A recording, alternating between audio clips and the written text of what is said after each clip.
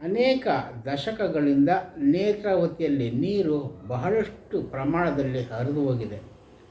ಅದೇ ರೀತಿಯಲ್ಲಿ ದಶಕಗಳಿಂದಲೂ ಆ ನೇತ್ರಾವತಿ ನದಿಯ ದಂಡೆಯಲ್ಲಿ ಹತ್ಯೆ ಮತ್ತು ಅತ್ಯಾಚಾರಗಳು ಹಾಗೂ ಇತರ ಕುಕೃತ್ಯಗಳು ಲೆಕ್ಕವಿಲ್ಲದಷ್ಟು ನಡೆದು ಹೋಗಿವೆ ಅನ್ನುವ ಆರೋಪಗಳು ಲಾಗಾಯತಿನಿಂದಲೂ ಕೇಳಿಬರ್ತಾ ಇವೆ. ಇಂತಹ ಆರೋಪಗಳಿಗೆ ಅತಿ ಹೆಚ್ಚು ತಿರುವನ್ನು ತಂದುಕೊಟ್ಟಂಥದ್ದು 12 ವರ್ಷಗಳ ಹಿಂದೆ ಆದಂಥ ಸೌಜನ್ಯ ಎಂಬ ಹುಡುಗಿಯ ಮೇಲಿನ ಅತ್ಯಾಚಾರ ಮತ್ತು ಬೀಭತ್ಸ ರೀತಿಯ ಕೊಲೆ. ಸೌಜನ್ಯ ಪ್ರಕರಣದ ನಿಜವಾದ ಆರೋಪಿಯನ್ನು ಗುರುತಿಸಬೇಕು, ಅವನನ್ನು ಕಾನೂನಿನ ಕುಣಿಕೆಗೆ ಒಪ್ಪಿಸಬೇಕು ಅನ್ನುವಂತಹ ಹೋರಾಟ ರಾಜ್ಯ ಮಾತ್ರ ಅಲ್ಲ, ದೇಶ ಮಾತ್ರ ಅಲ್ಲ, ಅಂತಾರಾಷ್ಟ್ರೀಯ ಮಟ್ಟದಲ್ಲೂ ಕೂಡ ದೊಡ್ಡ ಸುದ್ದಿಯನ್ನು ಮಾಡಿಕೊಳ್ತು. ವಿಚಾರಣೆಯನ್ನು ನಡೆಸಿದಂತಹ ನ್ಯಾಯಾಲಯ ಕೂಡ ಅನೇಕ ಅಂಶಗಳನ್ನು ಗುರುತಿಸಿದೆ. ಅದರಲ್ಲಿ ಸಂತೋಷ್ ರಾವ್ ಅನ್ನುವ ಬಂಧಿತ ವ್ಯಕ್ತಿಗೂ ಸೌಜನ್ಯ ಅತ್ಯಾಚಾರ ಮತ್ತು ಹತ್ಯೆಗೂ ಸಂಬಂಧ ಇಲ್ಲ ಅಂತ ಹೇಳಿ ಸಂತೋಷ್ ರಾವನ್ನು ಬಿಡುಗಡೆ ಮಾಡಿದೆ. ಅದೇ ರೀತಿಯಲ್ಲಿ ತಪ್ಪಿತಸ್ಥ ಅಧಿಕಾರಿಗಳ ವಿರುದ್ಧ ಕ್ರಮವನ್ನು ತೆಗೆದುಕೊಳ್ಳುವುದಕ್ಕೋಸ್ಕರ ಸಮಿತಿಯನ್ನು ರಚನೆ ಮಾಡಬೇಕು ಅನ್ನುವ ಮಾತನ್ನು ಕೂಡ ಹೇಳಿದೆ. ಆದರೆ ಇದುವರೆಗೂ ಕೂಡ ಅಂತಹ ಸಮಿತಿ ರಚನೆ ಆಗಿಲ್ಲ. ಹೀಗಾಗಿ ಈ ನೇತ್ರಾವತಿ ನದಿ ತೀರದಲ್ಲಿ ಆಗಿರುವಂತಹ ಹತ್ಯೆ ಮತ್ತು ಅತ್ಯಾಚಾರಗಳ ಬಗ್ಗೆ ದೊಡ್ಡ ಚರ್ಚೆಗಳು ಲಾಗಾಯತಿನಿಂದಲೂ ಆಗ್ತಾನೇ ಇವೆ. ಆ ಕುಕೃತ್ಯಗಳಿಗೆ ನಿಜವಾದ ಹೊಣೆಗಾರರು ಯಾರು, ಅದನ್ನೆಲ್ಲ ಮಾಡಿರುವಂಥವರು ಯಾರು ಅನ್ನುವುದಕ್ಕೆ ಇನ್ನೂ ಸ್ಪಷ್ಟ ಉತ್ತರ ಸಿಕ್ಕೇ ಇಲ್ಲ. ಅನೇಕ ಹೋರಾಟಗಾರರು ಮತ್ತು ಪ್ರಜ್ಞಾವಂತರುಗಳು ಇಂಥವರೇ ಇದಕ್ಕೆ ಕಾರಣ ಆಗಿರ್ಬೋದು ಅನ್ನುವಂತಹ ಆರೋಪಗಳನ್ನು ಮಾಡ್ತಾನೇ ಇದ್ದಾರೆ. ಆದರೆ ಅದರಲ್ಲಿ ಎಷ್ಟು ಸತ್ಯಾಂಶ ಇದೆ ಅಥವಾ ಸುಳ್ಳು ಇದೆ ಅನ್ನುವುದನ್ನು ಸರ್ಕಾರ ಪಕ್ಕಾ ಮಾಡುವ ಗೊಡವೆಗೆ ಹೋಗೇ ಇಲ್ಲ. ಇದರ ಹಿಂದೆ ದೊಡ್ಡವರ ಕೈವಾಡ ಇದೆ ಅನ್ನುವಂಥದ್ದು ಸಾರ್ವತ್ರಿಕವಾಗಿ ಕೇಳಿಬರ್ತಾ ಇರುವಂತಹ ಆರೋಪಗಳಾಗಿವೆ. ಗೊಂದಲ ಮತ್ತು ಅನುಮಾನಾಸ್ಪದ ರೀತಿ ಮುಂದುವರಿಯುತ್ತಿರುವಂತಹ ಈ ಸಂದರ್ಭದಲ್ಲೇ ಬೆಂಗಳೂರಿನಲ್ಲಿ ವಕೀಲರಾಗಿರುವಂತಹ ಓಜಸ್ವಿ ಗೌಡ ಮತ್ತು ಸಚಿನ್ ದೇಶಪಾಂಡೆ ಅನ್ನುವವರ ಹೆಸರಿನಲ್ಲಿ ಒಂದು ಸಾರ್ವಜನಿಕ ಪ್ರಕಟಣೆಯ ರೂಪದಲ್ಲಿ ಒಂದು ಹೇಳಿಕೆಯ ಪ್ರಕಟ ಆಗಿದೆ. ಆ ಪತ್ರದ ಒಟ್ಟು ಸಾರಾಂಶ ಏನು ಅಂತಂದರೆ, ನೇತ್ರಾವತಿ ನದಿ ತೀರದಲ್ಲಿ ನಡೆದಿರುವಂತಹ ಅನೇಕ ಅತ್ಯಾಚಾರ ಮತ್ತು ಹತ್ಯೆಗೆ ಸಂಬಂಧಪಟ್ಟಂತೆ ನನಗೆ ವಿಚಾರಗಳು ಗೊತ್ತಿವೆ. ನಾನು ಅದರಲ್ಲಿ ಭಾಗಿಯಾಗಿದ್ದೇನೆ, ಅನೇಕ ಕುಕೃತ್ಯಗಳನ್ನು ಮಾಡಿದ್ದೇನೆ ಮತ್ತು ಹಲವು ಶವಗಳನ್ನು ಕೂಡ ಹೂತು ಹಾಕಿದ್ದೇನೆ. ಅದನ್ನೆಲ್ಲ ನಾನು ತೋರಿಸಿಕೊಡೋದಕ್ಕೆ ಸಿದ್ಧ ಇದ್ದೇನೆ.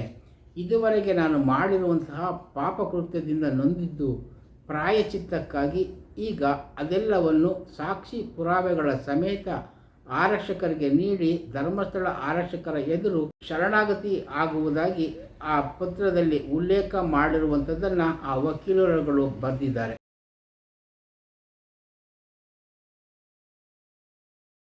ಈ ಪತ್ರ ವೈರಲ್ ಆಗುತ್ತಿರುವಂತೆಯೇ ದಕ್ಷಿಣ ಕನ್ನಡ ಜಿಲ್ಲೆಯಾದ್ಯಂತ ಹೊಸ ಸಂಚಲನ ಉಂಟಾಗಿದೆ.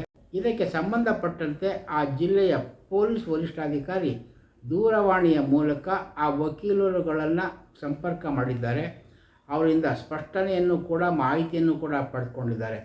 ಆ ಸಂದರ್ಭದಲ್ಲೂ ಕೂಡ ಆ ವಕೀಲರುಗಳು ಆ ವ್ಯಕ್ತಿ ಶರಣಾಗೋದಕ್ಕೆ ಸಿದ್ಧ ಇದ್ದಾನೆ, ಧರ್ಮಸ್ಥಳ ಠಾಣೆಗೆ ಬಂದು ಸಾಕ್ಷಿ ಪುರಾವೆಗಳನ್ನು ಕೊಡುವ ಜೊತೆಗೆ ಹೂತು ಹಾಕಿರುವಂತಹ ಆ ಸ್ಥಳಗಳನ್ನು ಕೂಡ ತೋರಿಸೋದಕ್ಕೆ ಸಿದ್ಧನಾಗಿದ್ದಾನೆ. ಆದರೆ ಅವನಿಗೆ ಸೂಕ್ತ ಭದ್ರತೆಯನ್ನು ರಕ್ಷಣೆಯನ್ನು ಕೊಡಬೇಕು. ಆ ರೀತಿ ಸೂಕ್ತ ಭದ್ರತೆಯನ್ನು ಒದಗಿಸಿದ್ದೇ ಆದರೆ ಆ ವ್ಯಕ್ತಿ ಶರಣಾಗತಿ ಆಗೋದು ಖಚಿತ ಅನ್ನುವ ಮಾತನ್ನು ಸ್ಪಷ್ಟವಾಗಿ ಹೇಳಿದ್ದಾರೆ. ಆ ದೂರವಾಣಿ ಮೂಲಕ ನಡೆದ ಮಾತುಕತೆಯ ವಿವರ ಮತ್ತು ವಕೀಲರುಗಳು ಕೊಟ್ಟಿರುವಂತಹ ಸ್ಪಷ್ಟನೆಯನ್ನು ಕೂಡ ಪೊಲೀಸ್ ವರಿಷ್ಠಾಧಿಕಾರಿಯವರು ಪ್ರಕಟಿಸಿದ್ದಾರೆ. ಹಾಗೆಯೇ ಸೂಕ್ತ ರೀತಿಯ ರಕ್ಷಣೆಯನ್ನು ಕೂಡ ಕೊಡಲಾಗುತ್ತೆ. ಆ ಸಾಕ್ಷಿದಾರ ಅಥವಾ ಅಂತಹ ಕೃತ್ಯಗಳಲ್ಲಿ ಭಾಗಿಯಾಗಿರುವಂತಹ ಅಥವಾ ಆ ಕೃತ್ಯವನ್ನು ತಾನೇ ಎಸಗಿರುವಂತಹ ವ್ಯಕ್ತಿ ಅಂತ ಯಾರು ಹೇಳ್ಕೊಂಡಿದ್ದಾನೋ, ಅಂದರೆ ಪ್ರಾಯಶ್ಚಿತ್ತಕ್ಕಾಗಿ ನಾನು ಮಾಡಿರುವ ತಪ್ಪನ್ನೆಲ್ಲ ಒಪ್ಕೊಳ್ತೇನೆ, ಎಷ್ಟು ಅತ್ಯಾಚಾರವನ್ನು ಮಾಡಿದ್ದೇನೆ, ಎಷ್ಟು ಹೆಣಗಳನ್ನು ಹೂತು ಹಾಕಿದ್ದೇನೆ ಅನ್ನುವುದನ್ನೆಲ್ಲ ಸ್ಥಳದ ಸಮೇತವಾಗಿ ತೋರಿಸ್ತೇನೆ ಅನ್ನುವ ಮಾತನ್ನು ವಕೀಲರ ಮೂಲಕ ಹೇಳಿದ್ದಾನೋ ಆ ವ್ಯಕ್ತಿ ಬಂದು ಧರ್ಮಸ್ಥಳ ಆರಕ್ಷಕ ಠಾಣೆಗೆ ಶರಣಾಗುವುದಾದರೆ ಎಲ್ಲ ರೀತಿಯ ಭದ್ರತೆಗಳನ್ನು ಅವನಿಗೆ ಒದಗಿಸ್ತೇವೆ ಅನ್ನುವ ಮಾತನ್ನು ಕೂಡ ಎಸ್ ಪಿ ಅವರು ಹೇಳಿದ್ದಾರೆ.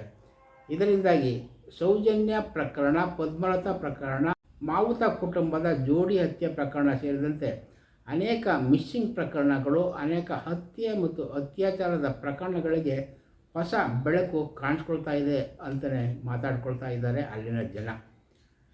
ಆದರೆ ನಿಜಕ್ಕೂ ಆ ರೀತಿಯ ವ್ಯಕ್ತಿ ಬಂದು ಶರಣಾಗ್ತಾನ?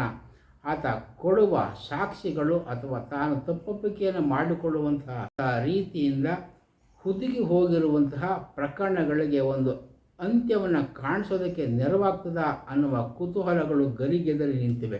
ಆರಕ್ಷಕ ಇತಿಹಾಸದಲ್ಲಿ ಈ ರೀತಿ ಒಬ್ಬ ತಪ್ಪಿತಸ್ಥ ಅಥವಾ ಆರೋಪಿ ಅಥವಾ ತಾನೇ ಕೃತ್ಯವನ್ನು ಮಾಡಿರುವಂತಹ ಅಥವಾ ಸಾಕ್ಷಿದಾರ ಆಗಿರುವಂತಹ ವ್ಯಕ್ತಿ ಅದೆಷ್ಟೋ ವರ್ಷಗಳ ನಂತರ ನಾನೇ ಬಂದು ಶರಣಾಗಿ ಆ ವಿಷಯವನ್ನೆಲ್ಲ ಹೇಳ್ತೇನೆ ಅಂತ ಪತ್ರದ ಮೂಲಕ ತಿಳಿಸಿರುವಂಥದ್ದು ನಿಜಕ್ಕೂ ಒಂದು ರೀತಿಯ ಇತಿಹಾಸ ಅಂತಲೇ ಹೇಳಬೇಕಾಗುತ್ತೆ. ಇದುವರೆಗೂ ಕೂಡ ಸೌಜನ್ಯ ಪರ ಹೋರಾಟ ಮಾಡ್ತಾ ಇರುವಂಥವರು ನಮ್ಮಲ್ಲಿ ಸಾಕ್ಷಿಗಳು ಇವೆ, ಇಂಥವರೇ ಈ ಕೃತ್ಯವನ್ನು ಮಾಡಿರೋದಕ್ಕೆ ನಮ್ಮಲ್ಲಿ ಪುರಾವೆಗಳು ಇವೆ ಅನ್ನೋದನ್ನು ಹೇಳ್ತಾ ಬರ್ತಾಯಿದ್ರು. ಆದರೆ ಯಾವುದೇ ಸಾಕ್ಷಿ ಪುರಾವೆಗಳನ್ನು ನ್ಯಾಯಾಲಯದ ಮುಂದೆ ಹಾಜರುಪಡಿಸೋದಕ್ಕೆ ಅವರಿಗೆ ಅವಕಾಶಗಳು ಸಿಕ್ಕಿಲ್ಲ. ಯಾಕೆಂತಂದರೆ ಕಾನೂನಿನಲ್ಲಿ ಇರುವಂತಹ ಲಿಮಿಟೇಷನ್ಗಳು ಆ ಸಾಕ್ಷಿಗಳನ್ನು ಒದಗಿಸೋದಕ್ಕೆ ಸಾಧ್ಯ ಮಾಡಿಕೊಟ್ಟಿಲ್ಲ. ಇಂತಹ ಹೊತ್ತಿನಲ್ಲೇ ಯಾರೋ ಅನಾಮಿಕ ವ್ಯಕ್ತಿ ಅಂತಹ ಅನೇಕ ಹತ್ಯೆ ಮತ್ತು ಅತ್ಯಾಚಾರಗಳಿಗೆ ನಾನು ಕಾರಣ ಆಗಿದ್ದೇನೆ, ನಾನು ಭಾಗಿಯಾಗಿದ್ದೇನೆ, ಅದೆಲ್ಲವನ್ನು ಕೂಡ ನಾನು ಹೇಳ್ಕೊಳ್ಳೋದಕ್ಕೆ ಸಿದ್ಧ ಇದ್ದೇನೆ, ಪ್ರಾಯಶ್ಚಿತ್ತಕ್ಕಾಗಿ ಇದನ್ನೆಲ್ಲ ಮಾಡ್ತಾ ಇದ್ದೇನೆ ಅನ್ನುವಂತಹ ಮಾತುಗಳನ್ನು ಉಳ್ಳಂತಹ ಪತ್ರವನ್ನು ವಕೀಲರ ಮೂಲಕ ಬರೆಸಿರುವಂಥದ್ದು ನಿಜಕ್ಕೂ ಒಂದು ಹೊಸ ಬೆಳಕನ್ನು ಇಡೀ ನೇತ್ರಾವತಿ ನದಿಗುಂಟದಲ್ಲಿ ನಡೆದಿರುವಂತಹ ಹತ್ಯೆ ಮತ್ತು ಅತ್ಯಾಚಾರಕ್ಕೆ ಸಂಬಂಧಪಟ್ಟಂತೆ ನಿಜಕ್ಕೂ ಸಾಕ್ಷಿ ಸಿಕ್ಕೇ ಬಿಡ್ತದ ಅನ್ನುವಂತಹ ಮಾತುಗಳು ಕೇಳಿ ಬರ್ತಾಯಿದ್ದು. ಆ ವ್ಯಕ್ತಿ ನಿಜಕ್ಕೂ ಆ ರೀತಿ ಮುಂದೆ ಬಂದು ತನ್ನ ತಪ್ಪನ್ನು ಒಪ್ಪಿಕೊಂಡು ಸಾಕ್ಷಿಗಳನ್ನು ನೀಡಿದ್ದೇ ಆದರೆ ನಿಜವಾದ ಅಪರಾಧಿ ಆತನೇ ಆಗಿದ್ದಾನ ಅಥವಾ ಅವನ ಜೊತೆ ಬೇರೆಯವರು ಕೂಡ ಭಾಗಿಯಾಗಿದ್ದಾರಾ, ಆ ಭಾಗಿಯಾಗಿರುವಂಥವರು ಎಷ್ಟು ಪ್ರಭಾವಿಗಳು ಅನ್ನೋದೆಲ್ಲವೂ ಕೂಡ ಬೆಳಕಿಗೆ ಬಂದರೆ ನೇತ್ರಾವತಿ ತೀರದಲ್ಲಿ ನಡೀತಾ ಇರುವಂತಹ ಅನಾಚಾರಗಳಿಗೆ ಇನ್ನಾದರೂ ಕಡಿವಾಣ ಬೀಳುವಂತೆ ಆಗಲಿ ಅನ್ನುವ ಆಶಯವನ್ನು ವ್ಯಕ್ತಪಡಿಸ್ತಾ ಈ ಸಂಚಿಕೆಯನ್ನು ಇಲ್ಲಿಗೆ ಮುಗಿಸ್ತೇನೆ. ನಮಸ್ಕಾರ, ಧನ್ಯವಾದ.